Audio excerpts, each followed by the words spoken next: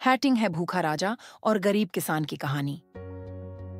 Hungry king and poor farmer. एक समय की बात है, एक राजा अपने ही राज्य में रात का वक्त रूप बदलकर घूमता था। वह रूप बदलकर लोगों से मिला करता था और सबसे खुद के बारे में जानने की कोशिश करता और सबकी दिक्कतों को समझने की कोशिश करता।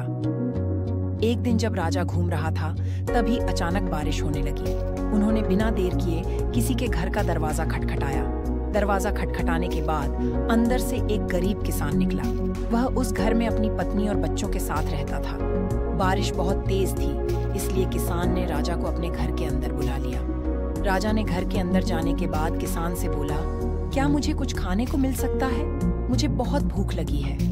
उस गरीब किसान का परिवार पिछले 3 दिनों से भूखा था और उनके घर में एक भी दाना नहीं था।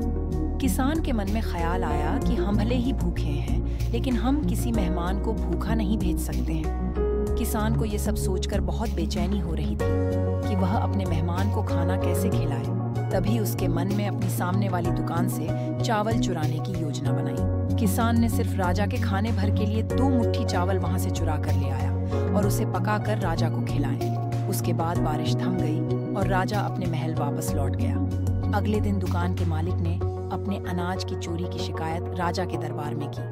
राजा ने फिर दुकान के मालिक और गरीब किसान को उनके सामने आने का आदेश दिया। सभा में सबसे पहले किसान पहुंचा और उसने राजा के सामने चोरी करना स्वीकार कर लिया और पिछली रात जो भी कुछ हुआ था सब राजा को बता दिया था। किसान ने राजा से बोला कि मैंने चोरी की जरूर, लेकिन मेरे परिवार ने उस चोरी वाले अनाज का सेवन नहीं किया है।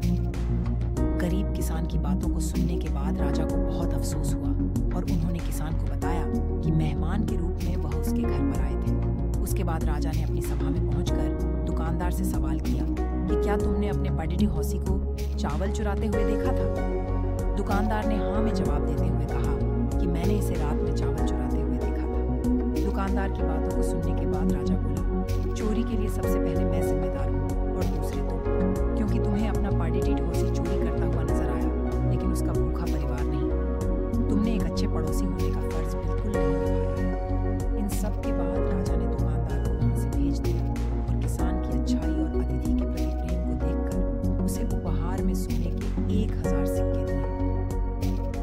भूखा राजा और गरीब किसान की इस कहानी में बताया गया कि कैसे एक राजा रूप बदलकर अपनी प्रजा से उसके बारे में जानकारी लेने के लिए जाया करता था, लेकिन एक दिन उसकी मुलाकात एक गरीब किसान से हुई जिसने उसे खाना खिलाने के लिए कहीं से भी अनाज का इंतजाम किया और राजा को भरपेट खाना खिलाया, भले ही उसके पूरे परिवार ने कई दिनों से खाना खाया हो या नहीं। ये कहानी दिल को छू लेने वाली है और बच्चों